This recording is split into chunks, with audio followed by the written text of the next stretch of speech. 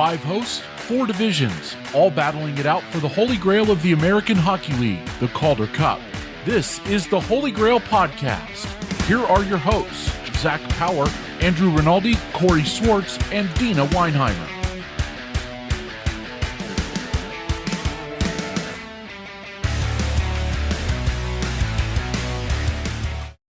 Well, hello once again, and welcome to episode 58 of Field Pass Hockey's American Hockey League podcast, The Holy GrAHL. This is the episode for March 16th, and we're here to give you a recap of the last week in AHL hockey. Now, as always, we're going to start this off with an introductory question.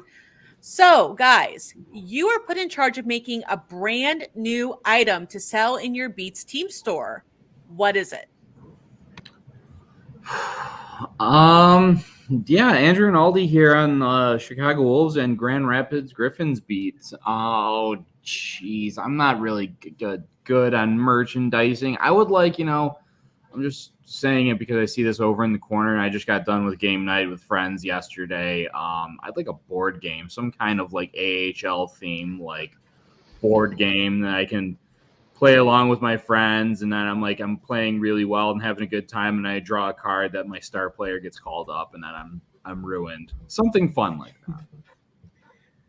I'm Corey Swartz. This is a tough question. I'm not creative, and at least good creative. You know, it takes me 7 days to think of one idea quite along these lines. One thing I guess I'd say, if I'm taking this maybe a slightly different direction that I'd like to see brought back, was my favorite thing as a kid was that the Bears used to sell these things that were like stress pucks, where they were like the same materials like stress balls, but it was in the shape of a hockey puck. And that was like one of my favorite things growing up as a kid. You could use it in like mini sticks or something like that and have it not be too painful to use. Of course, you had to use it for your intended purpose and all that stuff, but give me stress pucks back. Yeah, and I'm Zack Power, and given that the Marlies home rink is downtown and it's right along the streetcar route, I want a Marlies themed streetcar, maybe something like that with the 501, which takes you right through downtown Toronto. So yeah, I think I'm gonna go for that. I think it'd be pretty cool to have on the shelf. And I'm Deana Weinheimer, and Cleveland Monsters. I think they really need to just lean into the whole monster theming and get some plushes, get like a onesie with the monster helmet or the monster, thing on the top. Just lean totally into it. So, so with that, we are going to go ahead and go right into the show. We don't really have any breaking news this week, so we're just going to go right into our weekly news recap. And to start this one off, we have a milestone alert. And Zack has all the details. Yeah, and it was quite the week for the Calgary Wranglers, and congratulations to them, who are the first team to clinch their ticket to the 2023 Calder Cup Playoffs. They won in a spectacular fashion on Friday with a 2-0 win over the Ontario Reign to hit this milestone, and this marks the second year in a row that the Calgary Flames top development affiliate is the first team to secure a postseason spot. Last year, Stockton Heat advanced all the way to the Western Conference Finals, as some of you may know. Though by the time you hear this, it's quite possible that the second team may join them in the Coachella Valley Firebirds, and they can clinch that on Wednesday if they kind of do one of a couple of scenarios. A, the Firebirds beat Iowa, or San Jose loses in regulation versus Henderson, or they have an overtime loss or a shootout loss versus Iowa, and San Jose loses in overtime or in a shootout versus Henderson. So as long as they kind of get a point, and it looks like San Jose only gets a point, then it looks like they'll get in. But yeah, it's some good times for Coachella Valley and Calgary, and I'll be talking a little bit more about those standings later in the podcast. Don't you just love this time of year when the league puts out those little graphics that, okay, here are today's clinching scenarios, and there's all these conditions, and like the stars just have to align just right.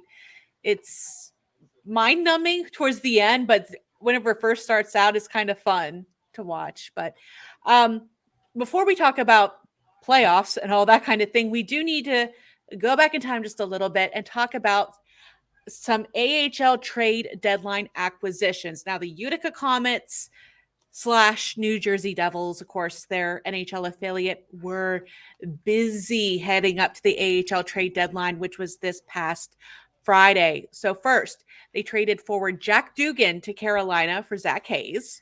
Then the Devils and Comets also received forward Jace Howerlick from Ottawa for futures, because that's what always happens in the AHL. It's always futures going the other way.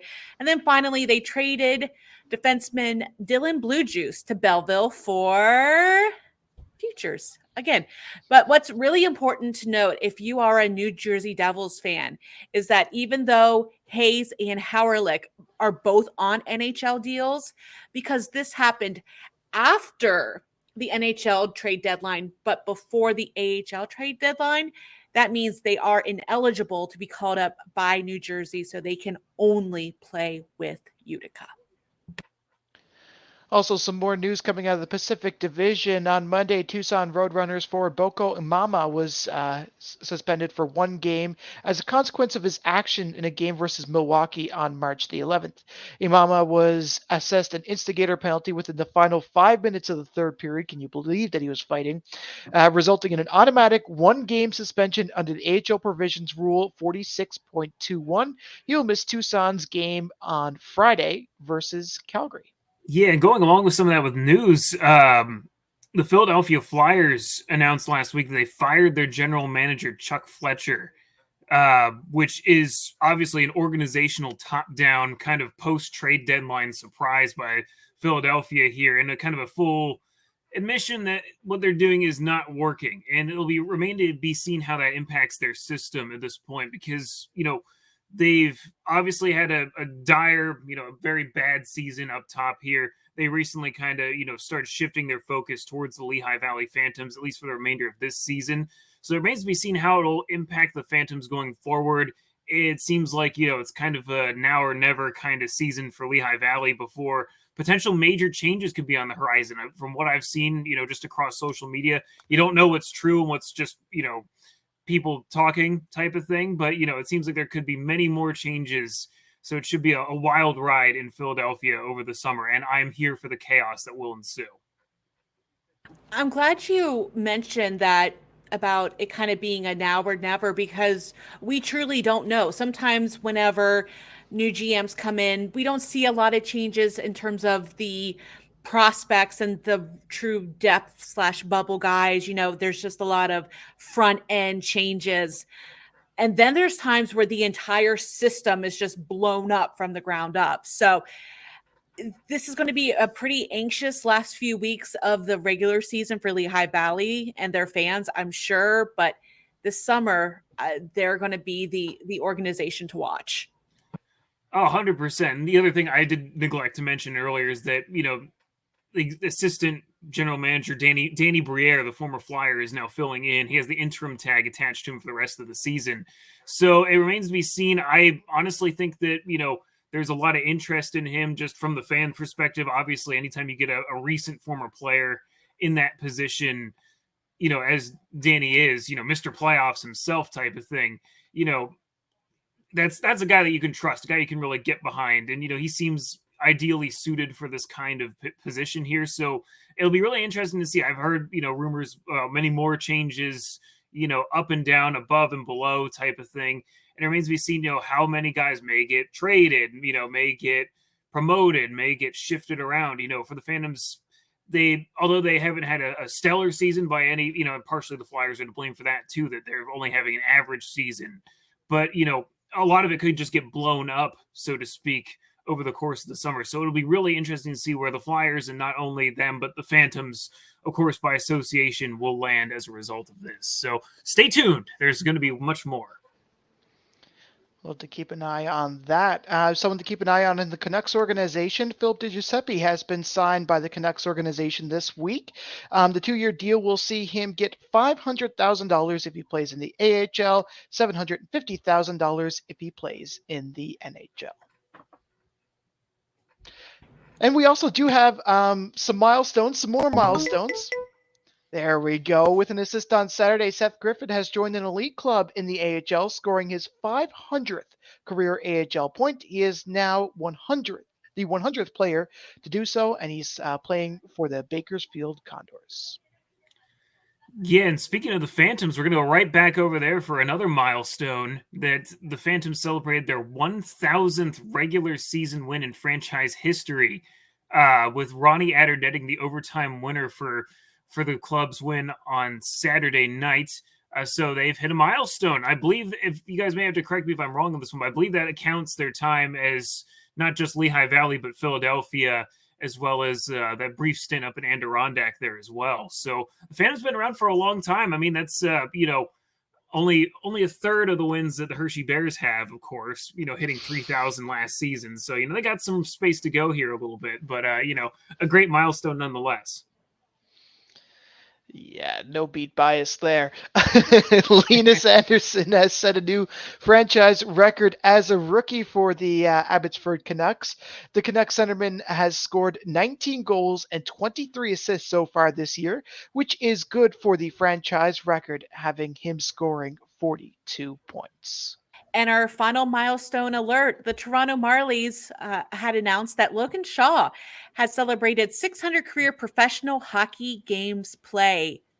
Their captain has played 232 games in the NHL and 368 AHL games for that 600. But if you count his time in the ECHL, that brings it up to a nice round 620 games. So congratulations to Logan Shaw. Now we're going to go ahead and move right on into our elite prospect of the week.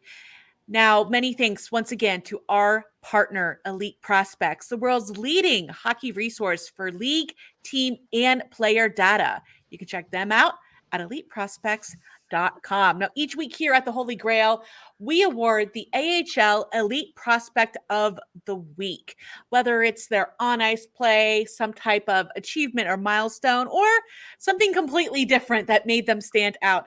This is the top player for the last week in AHL hockey. And for this week, we are turning to the Atlantic Division. All right, yeah, Joel Hofer posted another strong week of play, tallying a shutout win over the Hartford Wolfpack and lifting the Thunderbirds to a big win on Saturday over Laval. He stopped a cumulative 63 of 65 shots over 2 games. And, Joel Hofer is a guy who previously scored a goalie goal last spring during the Calder Cup playoffs. And, he has a knack for trying to take these long-range shots. He had not 1, not 2, but 3 cracks at the empty net on Saturday. He hit both posts. He hit the left post first, the right post second. And the right post hit ended up, bouncing out right to his teammate Marty Firk. And of all things, that goal that he potted there ended up being a hat trick goal. So, it wasn't his goal, but all's well that ends well. The fans left without hats. We like hat tricks on this show. So, Joel Hofer will just have to settle for his 4th assist of the season. And, of course, all data is courtesy of Elite Prospects. And he's also very recently a recipient of the AHL Player of the Week. So, he gets that 1 week. Very next week, he's our Elite Prospect. I think things are good in Joel Hofer land. So we're going to move right on into our swipe left, swipe right segment. Those of you who have been here a while, you know how that works. But if you're joining us for the first time or the first time in a long time, this works just kind of like any other dating app. We have a profile ready in the form of a hot take, and we're all going to vote on it. If we like it, we're going to swipe right. If we don't like it, give it a quick swipe left. If we really like it, we have 1 super swipe up per month. And as always, we keep it simple. We like to go in alphabetical order. So Andrew will get us kicked off here. All right. I'm just going to say right off, my profile is coming in with a lot of skin shots from the beach here, I think.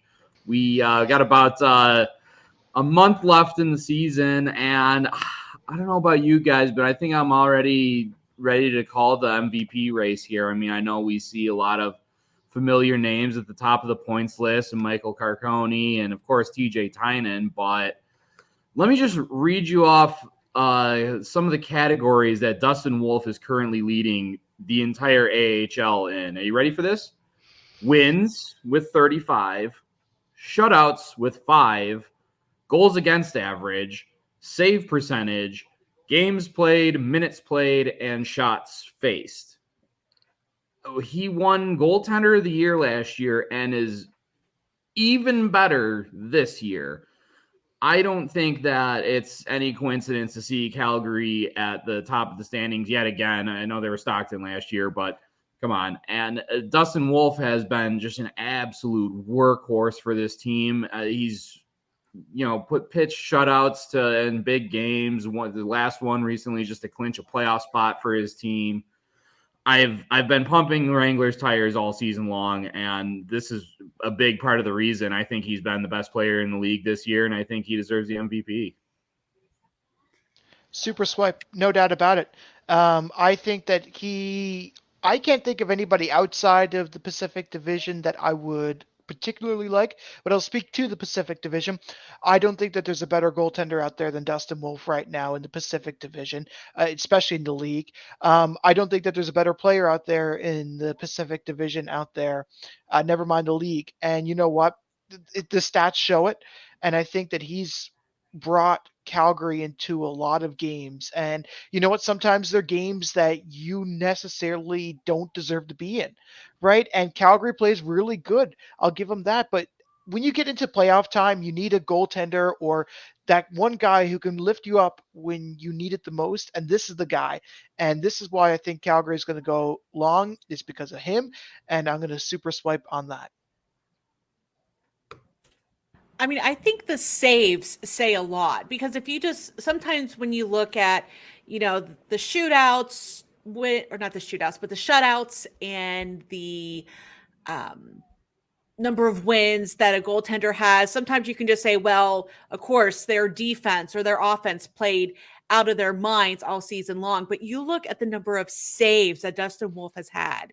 And that kind of reiterates everything that Andrew said and everything that Zack just said, that this is the guy.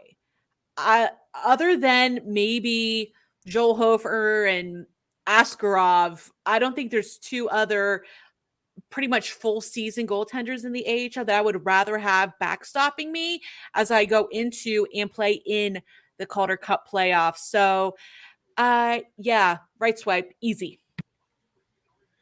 I'm always a little more reluctant to swipe right on these Pacific Division takes, and it's mainly just because I'm always annoyed that the Pacific Division kind of has, teams that are, I would say, kings and peasants, type of thing, where there's some good teams there. I think I would swipe right on it, but if it were a dating app, it would be like, okay, you got to message me first. Got to be pretty darn interesting type of thing.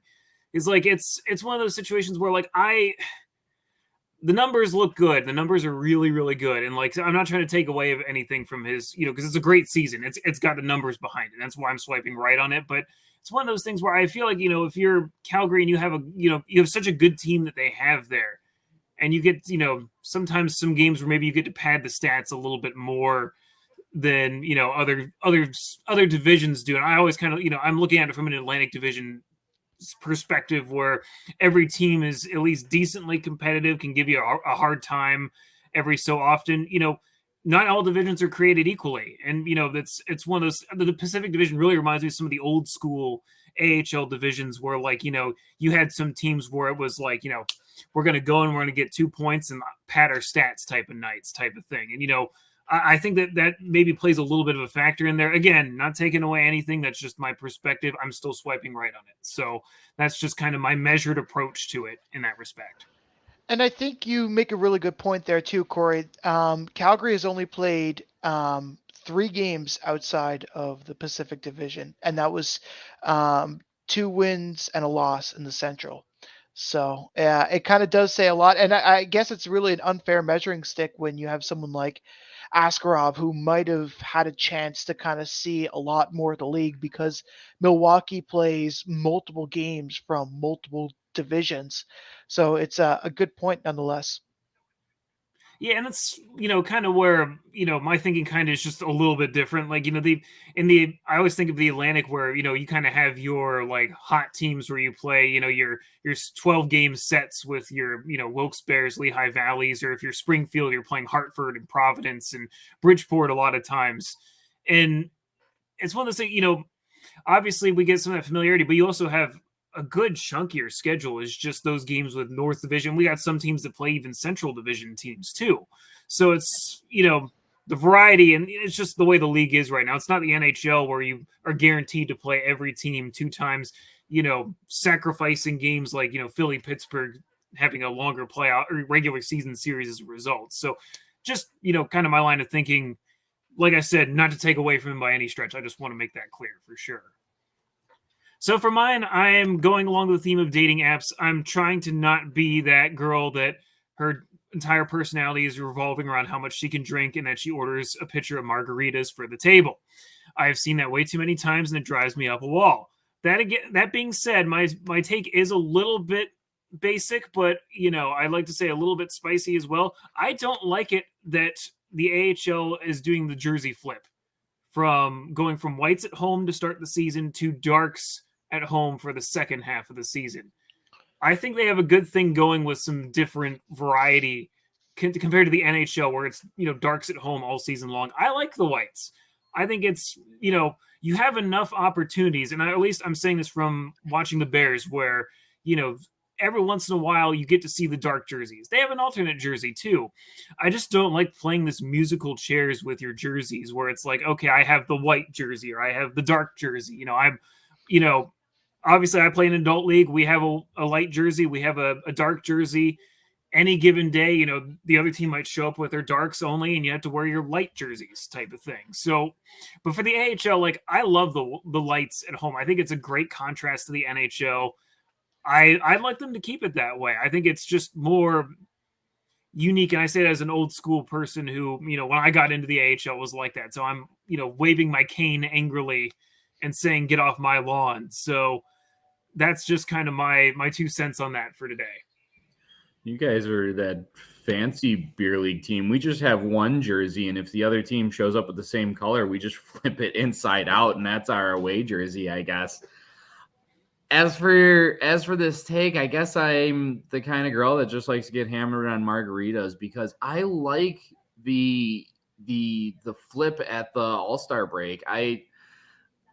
I'm a big fan of the home whites too. I'm a guy who grew up in the 90s watching, and I love Detroit's whites more than I love their reds. It's weird, I guess, but I have fond memories of winning hockey, and I just don't see a lot of that in the red homes. So maybe that's a little bit of bias in my youth, but it kind of spiced it up. I would like something where maybe the home team maybe gets to decide, and then I guess it maybe doesn't make it easy for the road team because then you have to bring along more equipment, and it's all about logistics here at the AHL. So I'm just gonna say I like the idea, I like where you're going at with, but I don't know. I think I just like this league kind of having a bit of its own identity here, and I think that jersey flip's part of it. So I'm going to swipe left on this one. Does anybody know how or why that even started? I'm genuinely asking because I do not know. It started in the 16-17 season. I know that much because it was the year after the Bears and the Monsters were in the Calder Cup finals against each other. So I know that's where it originated from, but I don't know what precipitated that. And that's kind of what bothers me a little bit about it too, and I love it that you get to see both sets of jerseys, but usually you get the opportunity to do that. And it leads to some oddities, right? Like the Bears I wish I was wearing it right now since I have one up in my closet, but the Bears' third alternate jersey, it would lead to it sometimes where they'd have to wear a totally clashing white helmet with it, rather than their chocolate brown helmet. And to me, I'm always like, it's all just because, they have to wear what aligns with what jersey's going on there at the time. It drives me nuts. I hate that little oddity about those just because of that rule, frankly. This is truly one of the ones where I'm just kind of meh. it's like I see both ways and I'm not compelled to swipe either way. So I'm just going to like force quit the app and just say, maybe in the future I'll actually feel a certain way about this. But for now, it's just kind of, I see why some people love it. I see why some people hate it. You're just not stirring any emotion in me. So I'll just ask for you to please try to come back another time and hope the algorithm likes it. You can only say that I'm not doing a basic approach by saying I'm going to order margaritas for the table like everybody does. I only order single margaritas. Zach can attest to that. Because not everybody likes the same flavor of margarita. Let them do their own. I'll go right in and I'll buy the bucket of beer. How about that? And I'll do this for kind of the reason why I thought that they switched jerseys. So way back in the Stone Ages when St. John's had an AHL team, I specifically remember there was a lot of fans who just didn't really know what the ice caps looked like in a dark jersey. Right, plain and simple. Again, that was a time before AHL TV wasn't as popular as what it is today. Right, the whole AHL live system was god awful terrible. I'm gonna swipe left because I like the idea of fans being able to see both jerseys, and I think that was a big reason why they did. And it's not often that the teams that some teams will even flip, right? There's some teams out there who just don't have any alternates ever, right? Like you feel like they're always wearing that light color jersey or that dark color jersey. So, you don't really get that. So I'm going to, especially when a road team comes in and forces the change, it doesn't really happen, especially in the AHL. So I will swipe left. I think that's where I'm swiping. I want the jersey swap. That's plain and simple, and I think that fans should be able to see both jerseys at least some point throughout the season. All right. So this week, I'm not necessarily offering up a take this week. Instead, I'm going to show you guys the playoff bracket if they started today, March 14th, 2023. And I want to know, in your guys' opinion, if these matchups are a swipe left or a swipe right. So we'll start first in the Atlantic, where we have the Checkers versus the Isles, the Thunderbirds versus the Phantoms, and then getting buys into the division semifinals are the Providence Bruins and the Hershey Bears, with the Bruins taking the lower seeded first round winner and the Bears taking the higher seeded first round winner. In the North Division right now would be Rochester versus Laval in the first round. Then the division semifinals would be Toronto getting the winner of that series, and then Utica and Syracuse facing off. In the Central, in the first round, we've got Iowa Rockford.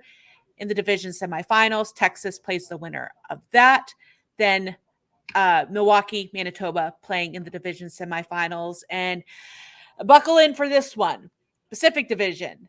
That's that 10-team division. In the first round, you would have Coachella, number 2, facing number 7 Tucson. What was that? That wasn't a fart. It wasn't a fart. I was like, that was my damn. Oh my gosh. Okay. And then we have There's number one for the 3. blooper reel. No, just leave it in. That was great. Number 3, Abbotsford versus number 6, Bakersfield. Number 4, Colorado versus number 5, Ontario. And then, of course, number 1, Calgary would be getting the lowest seed of that first round in the division semifinals. Oof. That's a swipe left on Coachella and Tucson. But overall, guys, what are your general opinions? Are you right swiping this? Are you left swiping it? What do you think about all these matchups? I think more playoff hockey is always a right swipe, right? I mean, right, you're gonna watch Coachella kind of dummy Tucson for a couple games there, but it's a best of 3, so you can kind of stomach it. I think the Central is kind of, I know it's a first first round, but it's a play-in is really what it amounts to get into that bracket there. And last year, that Milwaukee and Manitoba series that's also slotted there in the 2 and 3 spot was really interesting. I mean, you had a Manitoba squad that looked primed for a run through the whole thing and gave Chicago a lot of fits during the season, and they ran into a hot goalie, and now here's your chance to run it back. But instead of Connor Ingram, you got Yaroslav Askarov there that could potentially haunt a bunch of moose shooters there. So I love the idea of that matchup. Iowa and Rockford, I'll talk a lot more about Iowa as we come up here and later on in the show, but you don't really know what you're getting in that series. And when you got 3 games to make your mark, anything can happen unless you're Tucson. But I really like what a lot of these first round matchups have to bring, because there's a lot of potential where if you catch fire and you get lucky in a couple games, I mean, let's be real. A couple bounces, a little luck, it can carry you pretty far here. And I really like the Pacific because so many of these teams, I know it's very top heavy, but look at a team like Ontario that has the guys with the experience that can really carry you far in a setup like this. So I'm all for it. It's right for me. Another potential rematch from last year, and you were talking about teams that all you need is just a few bounces to go your way. That was the Rochester Americans last year. If seeding stayed the same in the North, they're going to get a rematch with the Laval Rocket. And I will say this about that series. When I think about the playoffs, I kind of think about the what ifs versus the what ares. So I think about the what ifs. If the playoff system was a little different, which I'm not a fan of this current one, I'll say that now. Would have been Laval versus Toronto? Maybe, right? Maybe. But I do like the idea of Laval possibly coming out on top of Rochester, and a Toronto-Montreal playoff series speaks a lot to me. And a Coachella Valley versus Calgary playoff series speaks a lot to me, right? I'll talk about the Pacific Division. Colorado and Ontario, 2 teams that are like neck and neck all the time. Like the whole season, they've been like glue, right? Like I think they're attached at the hip. And yeah, I get that we've seen a lot of Pacific Division hockey, a lot of the same solar system, but this is going to be a good one. It was a good one last year. Colorado was a big dark horse last year. I think they're a big dark horse this year. Kind of unfortunate that 2 of the top teams have the possibility of getting out in the first and second round. But you know what? That's the way hockey goes. And I'll swipe right on it for now. Won't swipe right on the format, but I'll swipe right on the matchups.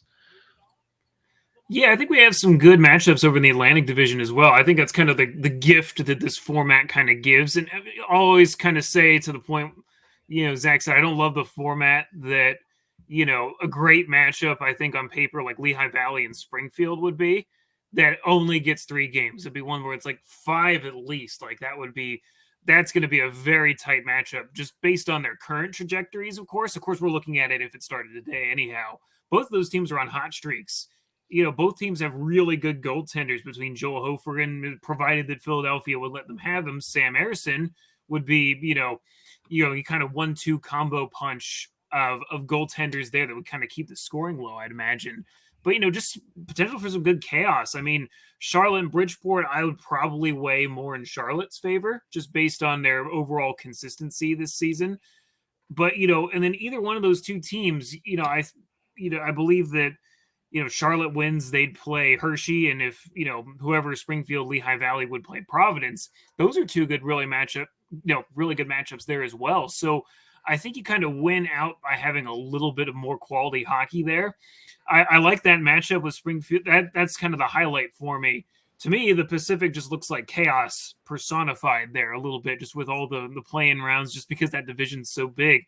That's one of the few areas where I'd say that this format looks a little wonky in some ways. That it'd be a little bit harder to follow. But you know, if you're out in the Pacific Division, it's kind of its own world anyhow. So, I mean, it fits pretty well still, I'd say. So, you know, I like it. I give it a right swipe just for the matchups alone there in the Atlantic for sure.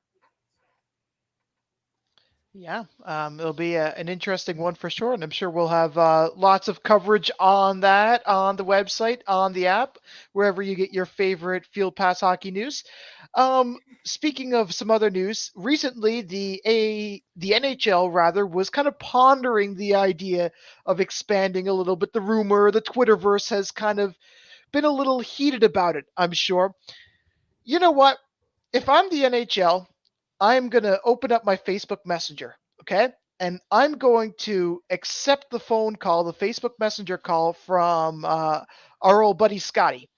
And I say this because I think that if Atlanta wants another team, let's put them in the AHL for a couple of years. They got that ECHL team that seems to be doing all right for what they are. And let's get that AHL establishment there that they actually like some form of close to NHL hockey product. And if the fans seem to like it, they'll get their team. Think about Manitoba. Manitoba for so long had such a dedicated fan base. And that was a huge part about the Jets coming back to Winnipeg, right? They proved that they could like it in the AHL. And now they have such a devoted fan base. So get those grassroots. And so then when hockey comes back, they'll say, hey, you already seen half of these guys on the ice already. Let's put them up in the NHL. So that's my take that Atlanta should get their shot in the AHL before they do in the NHL. It's a lot to unpack. Left swipe. Atlanta had 2 chances and ruined them both. I am so tired of reading takes about Atlanta getting another team. How many times do they have to fail before they get one? Like they get the message, man. It's it. No, I'm sorry. I agree. I do agree. I will say this. I feel like don't think they should get an NHL looking at team my either. ex-girlfriend on Tinder, and I'm just like, immediate left swipe. I'm not doing this again. I've already seen it twice. Am I the guy with the fish? Am I that guy? No, I don't think. I got my truck in the back. I got my fish to one side. Oh, man. Oh, no. As someone who grew up in prime fish and truck country, oh, boy. Okay, so I'm going to go a slightly different way with this. Still going to be a left swipe, though. But we heard very loud and very clear from President and CEO of the American Hockey League, Scott Housen, in Laval, where it was asked, you know, are there any other plans for expansion? He made it 100% clear that the AHL would not expand unless the NHL was expanding. So, in other words, if the NHL gets another team, then the AHL would make a corresponding move. It did not sound like at all that they would be the first one to come up with the team. So based off of that taking that very literally as it is, I'm going to have to do a left swipe, and it isn't because of any fish or trucks, but I'm thinking of what Andrew's thinking in the background about the X, and I'm a little, no, thank you. I'm happy for you that you're putting yourself out there, but no, thank you. I like these analogies. This is great. I have mixed feelings about this just because the Atlanta Thrashers are, you know, really like nostalgic kind of thing. It's always like, oh, remember when the Thrashers were a thing? Like, you know, that was always kind of fun to, you know, have that be kind of a chaos, a kind of shenanigan. I think I'm going to take it kind of the opposite direction. I would say swipe right, conditionally speaking, that there's an NHL team that they can be attached to. But then again, you still kind of open it up to the whole thing of them graduating to the NHL eventually, which kind of muddies the waters a little bit. I think if it were like a conditional thing where it's like, you know, Coachella Valley, like say we get another NHL team and, you know, they're building their own affiliate.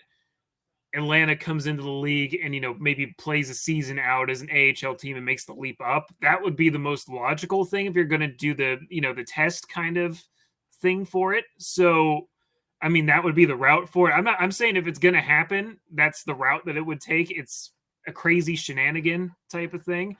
but it's just crazy enough that it might work. So I'm going to just give you a swipe right on this one because I think it's kind of fun. I think it's kind of, I don't really know that Atlanta has the fan base for it. And like Andrew said, they've failed so many times already. How many more shots does a failing market get? But, if you get in there and you see the results like in Manitoba to, graduate to the Winnipeg Jets eventually, and it works, you may have a disaster on your hands if it doesn't work. This is very much, we're building a ship with a totally new kind of material to see if it floats that we haven't tested yet. But that's kind of where, since we're here for the chaos a lot of times, I'm going to be here for the chaos as well. Do you want true chaos and shenanigans? And to kind of make this work? Relegation. Do you like Premier League? So chaos. Whoever wins the Calder Cup goes up to the NHL. Whoever is in last place gets relegated down to the AHL. That's just hard to keep track of. I'm doing it all for the shenanigans, and it would actually give the NHL teams a little bit of incentive to not fully tank for the next Sidney Crosby, or I guess this year Connor Bedard or whomever. But I just heard shenanigans and chaos, and I had to put that out there. The Red Wing fan in me would love to see the Blackhawks in the AHL. That would be hilarious. Unfortunately, this year I'm thinking it would be the Jackets moving down, and I'm not ready for an AHL team in Columbus just yet. Hey, the Flyers are challenging you hard for that relegation thing. I'm watching this on the side right now. They are pushing you for it. Gosh darn it. We want Connor Bedard, please. Anyway, we're going to move right on into, speaking of relegation and teams not doing well, let's take a look at who's hot and who's not, where we take a division by division look around the league to see who's doing well and who's not so much. Corey is going to get us started with the Atlantic. Oh, gosh. Okay. Well, as we talked about a little bit earlier with Lehigh Valley and Springfield, they're kind of the hot teams in the AHL right now. They're both on winning streaks. Lehigh Valley has 5 in a row as of this recording. That could change after their game on Wednesday with Hershey. More on them in a little bit here. They're both teams that their NHL team is kind of, taken down shop in terms of their playoff hopes. I mean, Philadelphia didn't have any to begin with, but, that's neither here nor there. But St. Louis is kind of in a similar boat where they've kind of sold off a little bit. They're kind of, either committing players or actively went after players at the trade deadline to acquire, to keep down. I mean, St. Louis made that crazy trade with Detroit where they traded and got some players, and even the player that Detroit got, they elected to leave in Springfield. I'm sure the name's not coming to mind right off the top of my head here, but, something that's it totally benefited Springfield in a very unusual way. So they're both teams that have been very hot. Obviously, they have great goaltending prospects in Hofer and Harrison, as we were talking about earlier. I think it's two teams that should put the rest of the Atlantic on notice. Will it be enough for them to push into first or second place? Maybe. It's going to take a good bit of a run with only 13 games left and some teams, really, really faltering to make that happen, but it's still in the realm of possibility. But they've escaped my wrath long enough. I had my wrath this weekend. If you follow me on Twitter, you've seen the wrath that I had towards the Hershey Bears this weekend. They've earned it. I was hoping I wouldn't have to bring them up in one of these segments, but it was a rough weekend for the Bears. And they had these 3 important games with the Providence Bruins, 1 at home and then 2 in Providence. They haven't won in Providence since January of 2020. Now, obviously, some of that's not their fault, but it's one of those things. It frustrates me because it reminded me of a trip they had last season to Charlotte where they went up 3-0 and proceeded to blow it and lose 5-3. And then the next day they were just, they were tied for a little bit and they just never really, they never recovered after that week. They only won, I think the stat I dug up was 4 of 11 games after that and got bounced in the play-in round after, barely making it in 5th place. And this series in Providence sort of had that same DNA, right? They were up 2-0 in the first game, lost 3-2. And then on Sunday, they just, let Vinny Lettieri beat them up for 4 points in like 10 minutes. And they, never really recovered off of it. And it frustrates me to no end because this is a team that's totally different, but yet repeating the same mistakes as last year.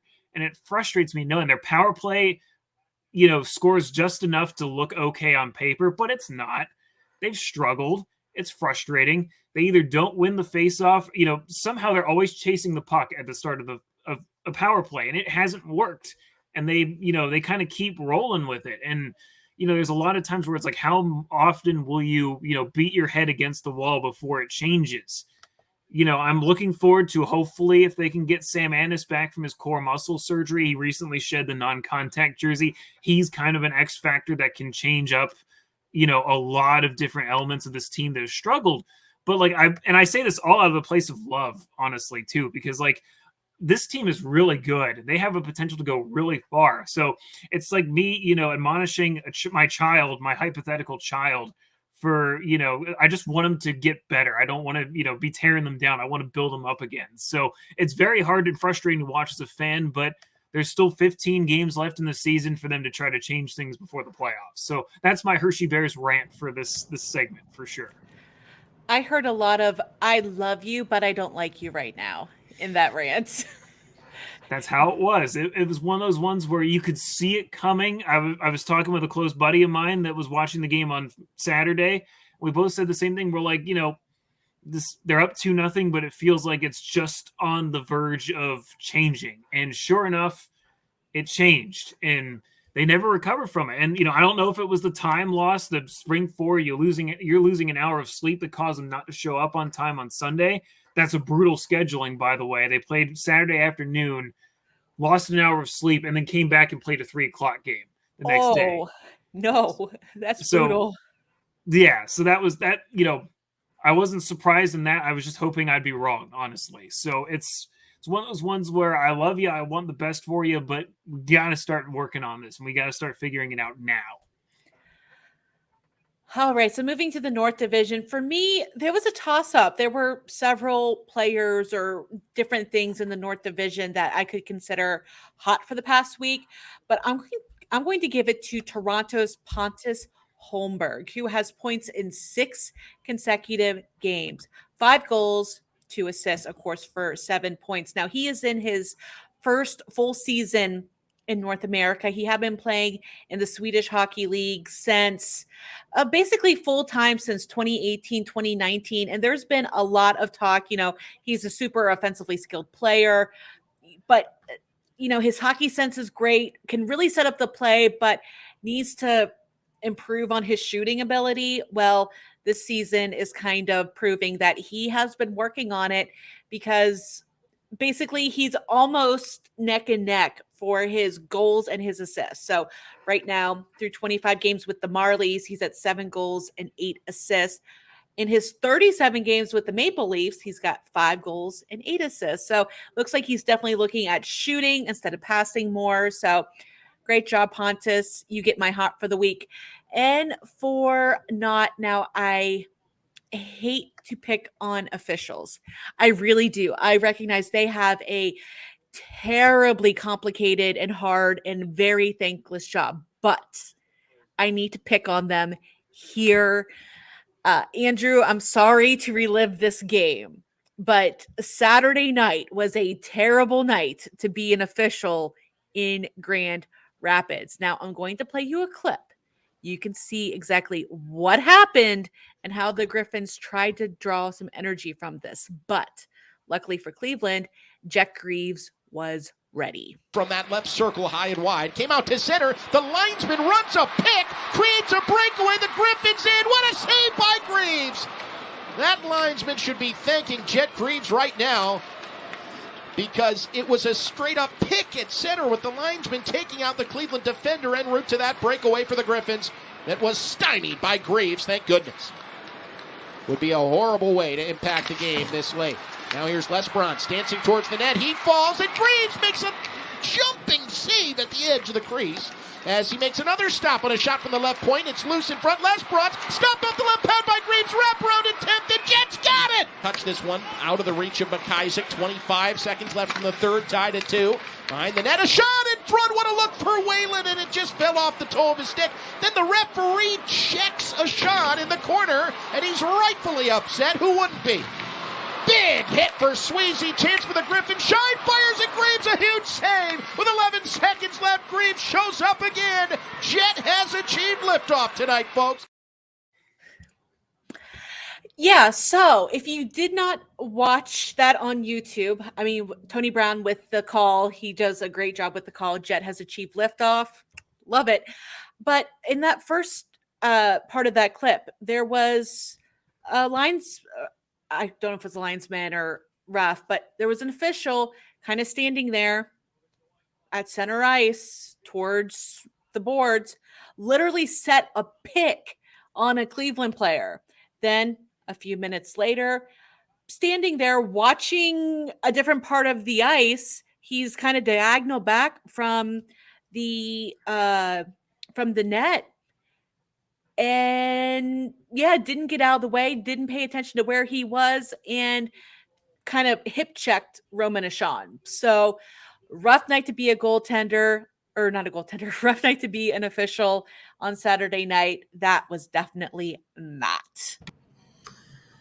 As we look over here in the Central, I've been going back and forth with this team, I feel like, all season, but the Hots got to have to go back to the Iowa Wild, and from playoff bubble to hitting their stride here at the right time, they got 5 straight wins, and they're jumping over the Rockford Ice Hogs into that 4th spot in the divisional race. And yeah, as I said, it's kind of been real hard to gauge this team. 1 month they look like they're world beaters, then everything's collapsing, and now here they are as world beaters again. I mean, let me just give you a look at Jesper Wallstedt over his last couple months. So in January, actually starting December 30th, Wallstedt was unbeatable. He won 8 straight games in the month of January. He was the man heading into all-star appearance up there in Laval.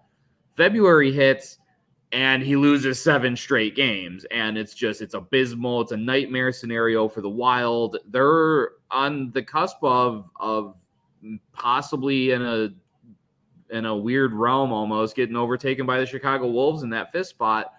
And now here he is again in the month of March with 2 straight wins. So it's very much been kind of Jekyll and Hyde for the Iowa Wild here.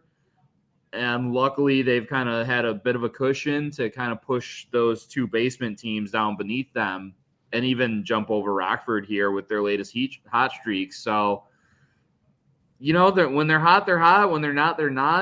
They've been hot. So I got to give it to them. And speaking of not, let's talk about those aforementioned Ice Hogs. A couple of L's, and now you're the ones that are here on the bubble. This team had a lot of success early here in the season, and it was kind of generated a lot with the top line of all-stars. Lucas Reichel, Brett Seney, and David Gust all making it to Laval along with Wallstedt there, but there hasn't been a whole lot of pieces to kind of supplement them when the call-ups kind of and the struggles have followed. The Blackhawks have brought in some heavy hitters. They brought in Rocco Grimaldi and Anton Khudobin to kind of get this team rolling, not just into the postseason, but get them a run in there to kind of give this prospects some meaningful hockey to play for. But you got to just wonder, is it going to be enough? Luckily for them, they're not going to be facing a whole lot of heat in Chicago with Kochekov up in Raleigh for the foreseeable future. But once you get there, is it first off, what Iowa team are you going to be facing? And you got a lot of pieces, but the depth's just not there in Rockford, and get anywhere in the playoffs, that's what you need, and they don't have it right now.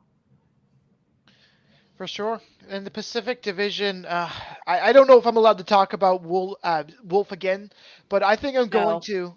And yes. You're not. You have achieved your weekly allocation of Dustin Wolf talk. I'm sorry. I'm giving you more. You go ahead. I'm hearing some very conflicting information, and I think it's important to know that both of these people are my bosses. So I will take the power of veto here, and I'll say that Dustin Wolf has had his league leading 5th shutout over the weekend, blanking Ontario. 2 days before that, I mean, he literally got pelted by the Eagles in an impressive .975 save percentage, only allowing 1 goal on 40 shots against Colorado. And I mean, he found his 4th straight win, Calgary's 4th straight win against Ontario on Sunday. And you know what? He's the playoff goaltender that can take you there. I talked a little bit about that before in the podcast, but you know, you look at the past goaltenders, both NHL and AHL, who've made it to the finals. And, you know, for the most part, the team who wins is generally the team that has that hot goaltender. And having that hot goaltender established heading into the playoffs means that much more, right? And you know what? I would have no problems going against a team like Coachella Valley or even Tucson if the playoffs started today. I think that the two of them got the snuff to be able to I think he's got the snuff to be able to take them down. My nod is got to be some more goaltending in the Pacific Division, and it's coming from a non-playoff team. Henderson, like, what is going on? I hear that there's like a 48-year-old backup goalie coach who's going in there to play. What? Freddie Bathwaite? Like, you know what? What they did is they gutted the complete Savannah team. It's a ghost town. No pun intended there. They went there. They picked up Isaac Saville and Jordan Papery. I probably butchered both of those names. So that's fine. But you know what? They had a little bit of help they had no help from Saville, rather, when they got dumped by Coachella Valley and San Diego twice. I don't know what else to say. Thank God they got Jonathan Quick up in Vegas, I guess. I don't know. I thought he was in Columbus, but here we are. So have you confirmed that Isaiah and Jordan are real people? Because it sounds like totally made up names. Jordan played 20 games as a backup, and Isaiah played a couple more. I hear he had a couple beer league starts in there as well, but you know what? He's doing pretty good. I got to say, I kid. He's actually doing pretty good for what's going on there. It's a complete mess. And as usual, there's no help. I've talked about this before when Hutchinson and Powderer were there. There's no help from the defense. It's just everything will lie back. It's infuriating to me to almost watch this, but you know what? I'm sorry, friends. I'm sorry that they're kind of leaving you out to dry, but Savannah's a ghost town again. I just feel bad for Thomas, who's our writer in Savannah. He's screaming at me. I'm sorry. I'm sorry, Thomas.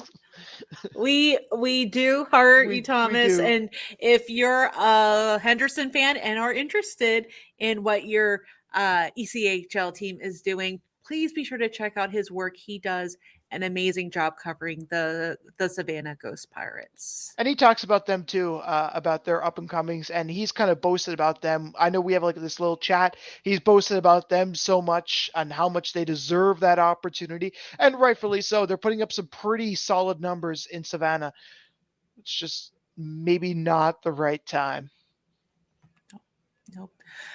All right, we're going to go ahead and take a look at the race for the Holy Grail as we close in the final weeks of the regular season.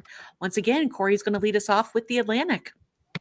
Yes, there's a little bit of movement here. There's some interesting races to keep an eye on. Obviously, you know, my rant earlier, Providence beats Hershey 3 times in a row. That's really helped them improve their fortunes. They're now in first place with a lead of 3 points as well. So, you know, that's a big point swing when you talk about, you know, these head-to-head matchups. You don't get too many of those. And, you know, Providence certainly took advantage of that to kind of give themselves some breathing room.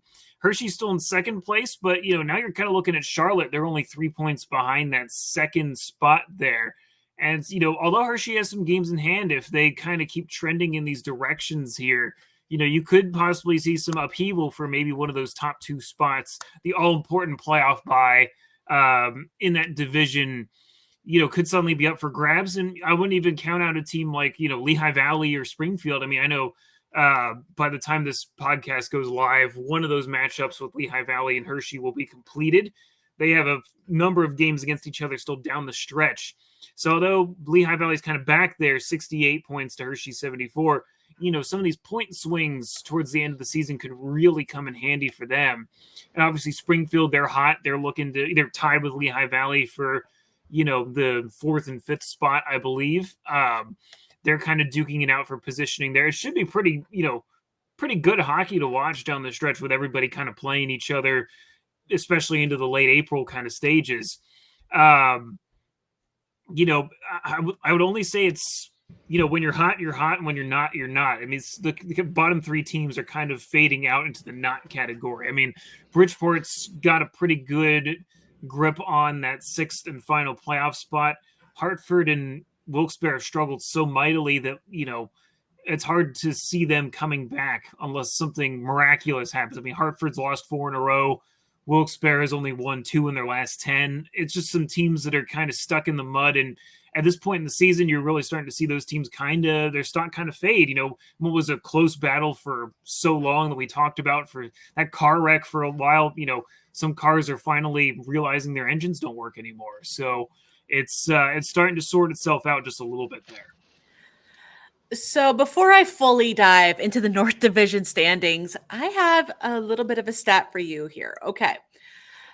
Toronto is 12-8, 0-0 when not scoring on the power play, and 21-11, 2-0 when allowing a shorthanded goal. I'm just going to let you sit with that for a second. Yeah. Okay.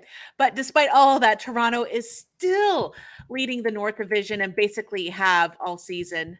Second place, Utica, they just had a 7-game point streak come to an end, all thanks to Lehigh Valley. Turning to the third place crunch, veteran goaltender Max Lagacé and forward Simon Ryfors are basically willing their team. They're just the driving force behind the crunch, at least keeping pace with the rest of the division. Moving down to fourth place, the Amerks are having a hard go as of late. I mean, just get this. In the past 4 weeks, they have had 3 3-3 weekends. That's just an exhausting pace, but it just this past weekend just proved to be a little bit too much for them. They only took away 1 win, which was last Friday against Hartford. And some bad news there. Carson Gasevich, who they just traded for back on March 2nd. Luckily, it was only for futures, but according to the team, he is likely out longer term with a lower body injury. Now, tuning to the bottom half are those pesky Laval Rocket. They are keeping pace with everybody else with a 4-4, 1-1 in their last 10. In sixth place are the Belleville Senators, which their special teams units are dictating games right now. And finally, the so close to my heart, Cleveland Monsters, who will start to see the addition of Corson Ceulemans this week. He suited up for his very first practice on Tuesday. Stick taps to kind of my insider Arthur, who gets to a large majority of the practices and always sends me and some of the other reporters lines, absences, things like that. So Arthur, thank you for the tip on Corson there. But a 2-game win streak and 2 to 3 games in hand over the 2 teams in front of them for Cleveland. Wow, it's just going to be a wild sprint to the finish for those bottom playoff spots in the North. And as we take a look at the Central, there's not a whole lot of movement in the standings, but it doesn't make it boring at all. The top 3 teams are separated only by 3 points. So as we head down the stretch, anything can happen. At the top, it's the usual suspects with, Texas and Milwaukee remaining kind of neck and neck there for that number 1 spot.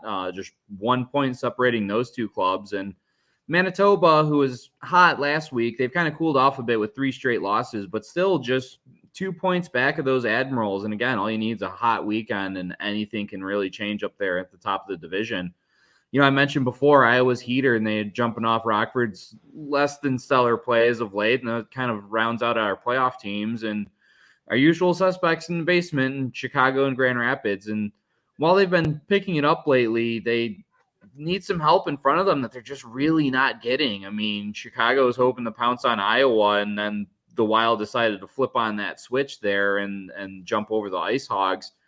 Not only that, the Wolves losing Pyotr Kochekov for the foreseeable future. It's it just kind of feels like a little too late for my beats here. But hey, I mean, a lot of hockey left to play. You never know who's going to be hot and who's going to be not.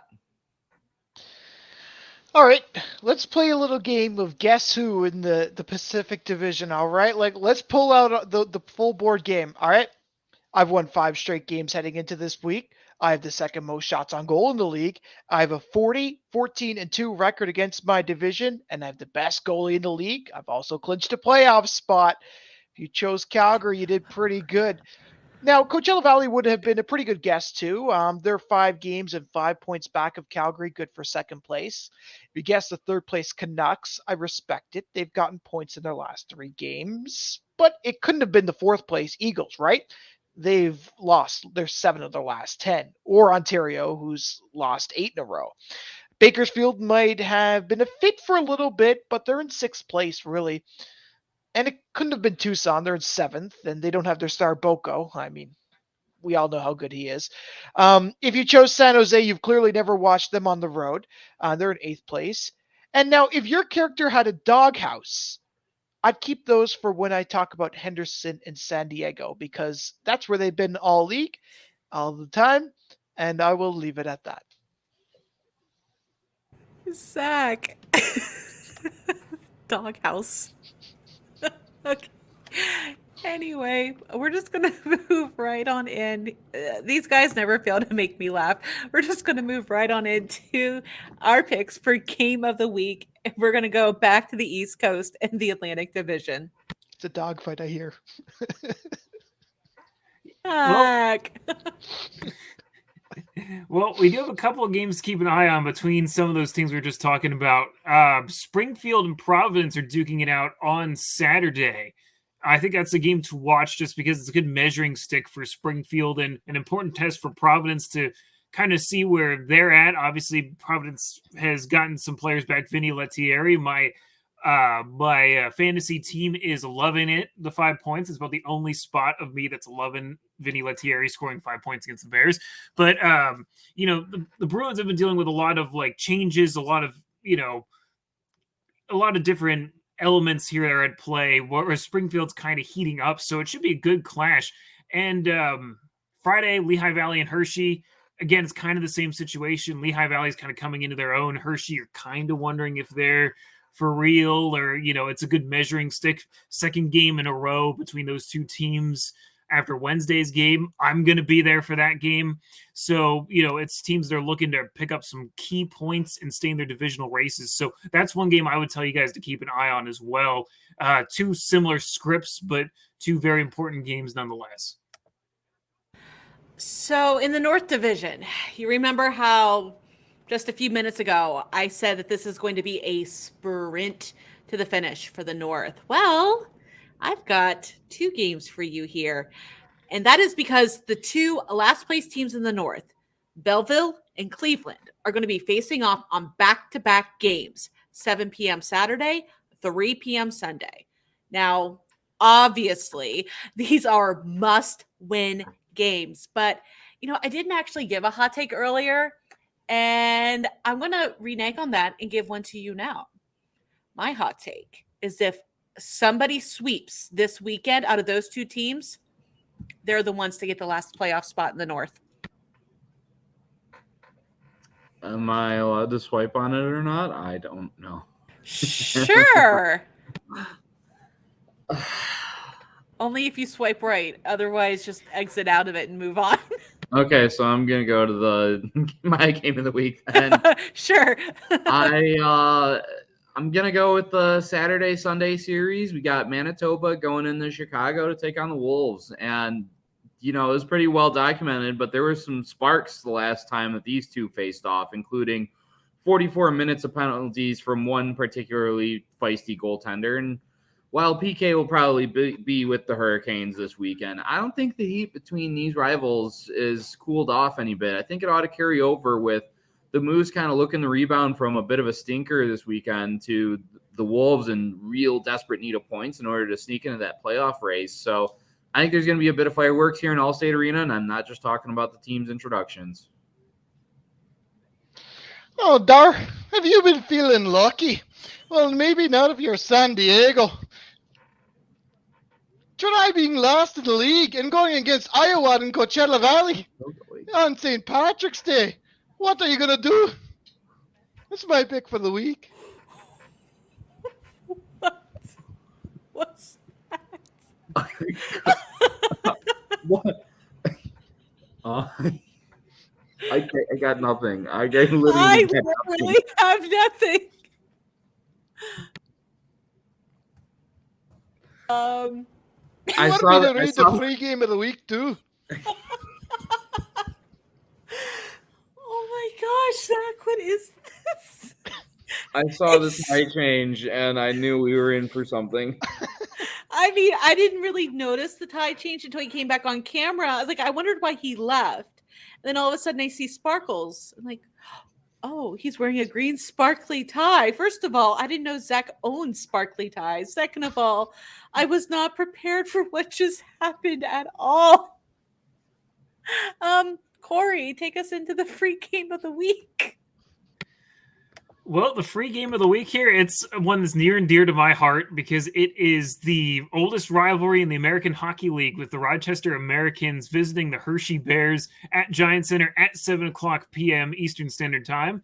As a bonus to that game, if you tune in early, you'll be able to check out the pregame induction, I should say, of the Hershey Bears Hall of Fame classes of 2021 and 2022. Prior to puck drop. It's the first time since 2019 that the Bears have been able to induct a new class, mostly due to the pandemic. They have 2 different classes coming in there. I have some more coverage of that coming to Field Pass Hockey. But prior to that game, you all should keep an eye out for free plug for that one for me. So I am grateful to the AHL for facilitating that. That should be interesting. We also do have some live AHL action on the Field Pass Hockey app. And I hope you got your passports, folks, because we're going north of the border. That means Canadian currency there. And don't let the 1:30 start time fool you on St. Patrick's Day on Friday. The Checkers are going to roll into the Ontario's capital again on Saturday for 4 o'clock tilt. And you can download that on the Google Play Store or the Apple App Store. And now, I'm so glad this is towards the end of the show. We're going to move right on into the bonus round where Andrew has a little bit of something special for us, but I'll let him explain. Yeah, we had a poignant question asked in our editors chat last night. Where's Milwaukee? Well, since 1998, any prospect of the Nashville Predators has been asking themselves the same thing, because that has been how long the Milwaukee Admirals have been the affiliates of, at that point, the brand new Nashville Predators. And it's been all these years since, and I am asking you guys, who was the affiliate of the Milwaukee Admirals before the Nashville Predators?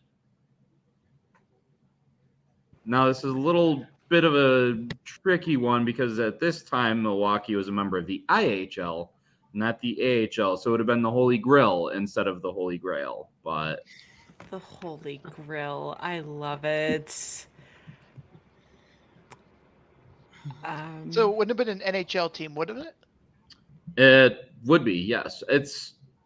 There was a bit of a gap where they weren't affiliated with an NHL team, and then they were. And it was between 1988 and 1993.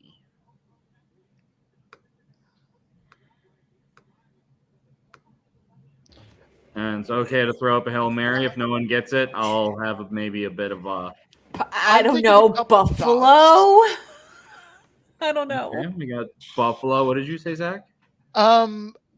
Milwaukee's been around the professional hockey game for a while. We're talking like 70-odd years. So I'm thinking it would be like a historic team like the Rangers or something. Okay. Original 6. Corey? This is a tough one. I mean, one. This is even before my time almost. The IHL is just such a weird anomaly of a time frame. I mean, obviously this is 93, so obviously is as old as I am. Once again, I feel old.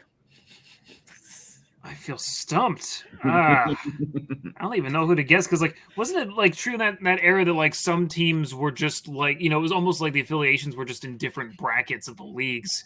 Oh, yeah. Like the AHL had some teams, and there's just other teams that you just never saw because they had that affiliation. It would have to be somebody weird, is my thought. It's a little weird. Weird in context of 1998 is an important context as well. I'm going to throw a Hail Mary up. I'm trying to think of who was affiliated where. I'm going to say it's something weird. It'd be like a Canadian team. Like, I don't know. Like, I'm trying to think of a team like Vancouver. I'm going to go with Vancouver because they're just always out there with their teams. Like, they've been all over the map with things. Well, Sherlock, you're going to have to study your powers of deduction because you are correct. It's the Vancouver Canucks. Let's go. I'm not even kidding about that. But wait. From 88 to 93, the Milwaukee Admirals were affiliated with the Vancouver Canucks. How did he Hail Mary that and get it right? That's why I said we have to study. He was looking at his phone. He Googled it. No. I was looking at something with the Flyers game with who scored their one goal in this 3-1 game right now, as if it matters at all. As soon as I saw him say like Canadian team, I'm like, the wheels are turning, and I was like, think 98. Don't say like Minnesota or God forbid Atlanta or something like that. Columbus. The reason I went to Vancouver is that just because I was thinking to myself about how they were with Utica before, and then they obviously got their own team, and I'm like, I feel like they've had like 1,000 affiliates points in their history, and so like I don't really, the association normally isn't there, but like that was just kind of my Hail Mary. If they're a weird team that has never had like their own affiliate or had something where Calgary has Calgary, Vancouver just doesn't have anything like that. So I'm like, it's going to be something stupid like that. I hate to say it like rudely, but it's like it's that's how it is, and that's how it was in the old days. Is that everybody had an affiliate? You're like, oh, that's their affiliate. Like still one of the I hate to call it weird still too, but like how Syracuse is still with Tampa Bay. It's not a geographical thing. Somehow. Well, the big question is now that we, at least in the editors chat, know where Milwaukee is, and we've learned more about the Milwaukee affiliations, will Corey's bonus round be another Hershey-inspired one, or is he going to go completely off the radar and hit us with something different? Ooh, like that. Tune in next week to find out. Absolutely. And same bat time, same bat channel. I like it. So anyway, that's going to be it for the Holy Grail this week. If you'd like to see or hear more of us, please subscribe to us on our YouTube channel or follow us wherever you listen to your favorite podcasts. Also be sure to give us a follow on Twitter at the Holy Grail. You guys know it by now, GRAHL. You can also check out all of Field Pass Hockey's other podcasts, including bi-weekly on the Field Pass Hockey app. You have Matthew Harding and James Mouse breaking down the ECHL's Wichita Thunder, and they will also be chatting with some of the team's legendary players. And then, of course, Syracuse Speaks with Alexandra Ackerman, talking all about the Syracuse Crunch. On behalf of all of us here at the Holy Grail, Zack, Corey, and Andrew, we hope you have an amazing week, a very happy and very safe St. Patrick's Day, and we'll catch you next Thursday. Bye. This has been the Holy Grail Podcast. Have a question or a topic suggestion? Hit us up on Twitter or drop us an email. For the latest news across the American Hockey League and the rest of minor league hockey, download the Field Pass Hockey app, now available in the Apple and Android app stores.